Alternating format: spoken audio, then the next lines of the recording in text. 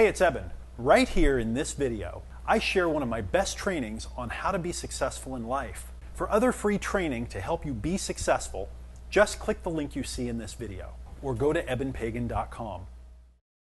One other interesting mindset or approach that I've seen that is fascinating to me is that success, whatever that means, but success, the path to it, the road that you must follow, the steps that you must take, are typically, number one, not obvious, and number two, more often than not, in my own experience, counterintuitive. So the paths to success are not obvious and counterintuitive. Now that's kind of a pain in the butt, actually, if you want to be successful. But look back at your own life. Think about those things that made the difference, the critical little thing that happened, the introduction, the person you met, the call you decided to make, whatever it was that took you to the next level, and put them all together and look at them and then say, was that an obvious step? Was that an intuitive step? Is that something that most people would have done? And the answer is almost always no. Is this making sense? Are you getting this? Now, we humans don't like to say, oh, I need a lot of help here. Someone needs to tell me how to do things right. We like to think we get it. We think we know all the answers. Well, I'm smart. I would know what to do in every situation. And what I have discovered is that in this idea of altitude, and we'll talk more about this later, but the idea of getting altitude, that zooming out, that seeing things from another perspective, that looking for the counterintuitive, we have mechanisms, I am convinced, in our mind, body, emotional systems that actively prevent us from success. They actively prevent us from getting altitude and from seeing the path to success or looking for the path to success. Why? Because we want to think that we already know. I already know the answers. When I come to the opportunity, I'm just going to take advantage of it. I'm going to do it. Let me give you a couple of examples here. These are just a few that I wrote down, things that we'll be covering more in the program. So it's intuitive to focus on your own needs in any situation and to focus on what you're getting. It's not obvious and it's counterintuitive to put all your focus on the needs of the other person in the situation. It's not intuitive. In fact, even the people I know who are the best at it still have to kind of flip it on and really work at it to do a good job. I'm not talking about mindless, I'll just do whatever you say. I'm talking about consciousness here. Another one.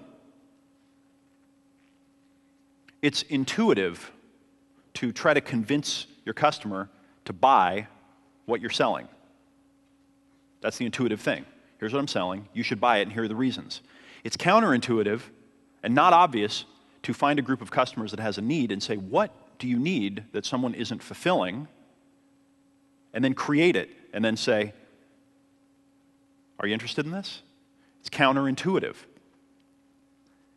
It's intuitive to humans to be the smart one or the important one in a relationship, to talk about themselves, to talk about their accomplishments, to go, oh, no, here's the way you do it. It's counterintuitive to let the other person be the smart one, to let the other person be the important one. Counterintuitive. It's intuitive in business, for most entrepreneurs, to pursue ideas that they like and to just keep sticking with them and working on them. It's like the crazy inventor that invented some bizarre device that allows you to mow your lawn by remote control with a little camera and, yes, the thing's going to be great. And work on it for 30 years and not have anybody buy it. Right? It's intuitive. It's counterintuitive to create an idea and then emotionally detach from it, put it out into the marketplace, and measure everything that happens and then judge it on its own merit. Treat it like an external entity, almost. Counterintuitive. It's intuitive to spend and consume what you have right now. In fact, that's very intuitive to to our culture these days. Just look at the way people treat junk food and credit cards. The intuitive thing is to consume right now. The non-obvious, very non-obvious, and very counterintuitive thing to do is to reinvest and allow compounding interest, what Einstein said might be the greatest miracle in the universe, to do its trick, right? It's intuitive to think right now, in the moment, short term. It's counterintuitive to think long term.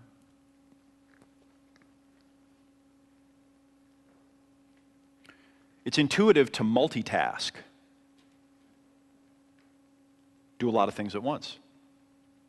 It's counterintuitive to focus on one thing, bring it to completion.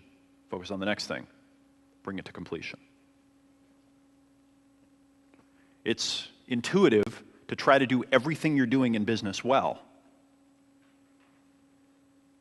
It's counterintuitive to do one thing way better than well, and don't worry too much about the other stuff. Outsource it. Do whatever you have to do to just get it done. It's intuitive to try to take advantage of and grab every opportunity. Every time an opportunity comes up, go, yeah, I'm going to grab that one. It's counterintuitive to let all of those opportunities go by and don't get distracted by them.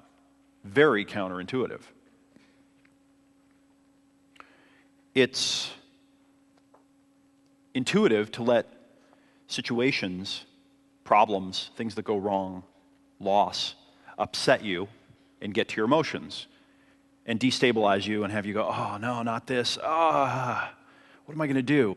It's counterintuitive to recognize whenever there's loss or friction or problem or drama and realize that there's going to be all kinds of opportunity in there and that you're getting a brief window to look at how your system and your people and other people and how everyone's behaving and learn all kinds of stuff. It's very counterintuitive to see loss or friction or problem as an amazing opportunity. Very counterintuitive.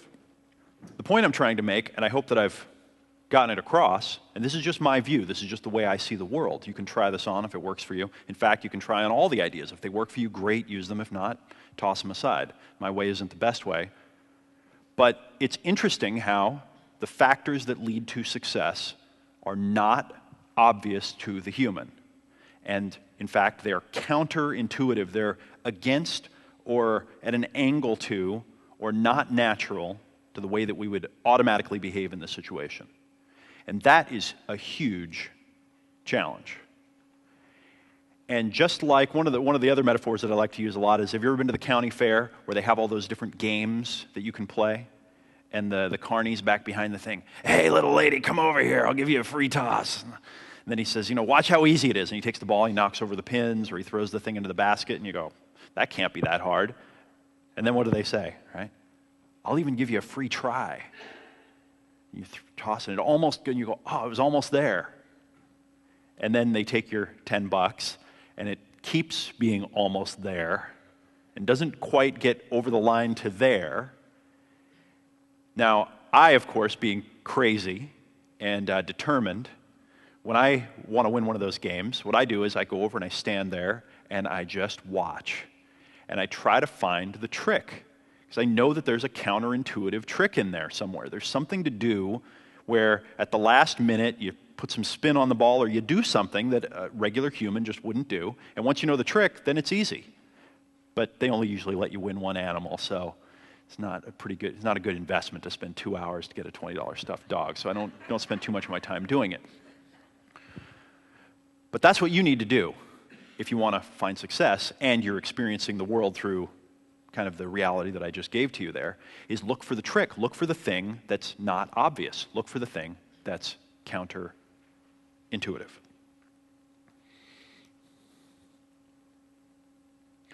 By the way, we all know that it's a lot easier to learn a language as a child or to play a musical instrument as a child, right? Who knows that one? Seen that one, right? Okay, right. Well, that's wrong.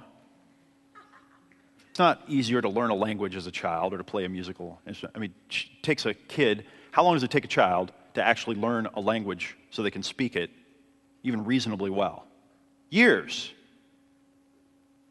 I've got a friend who likes to travel around the world, and he's got it down to a month now. He's got the process down to a month where he can be speaking the language in the land and communicating with people fluently.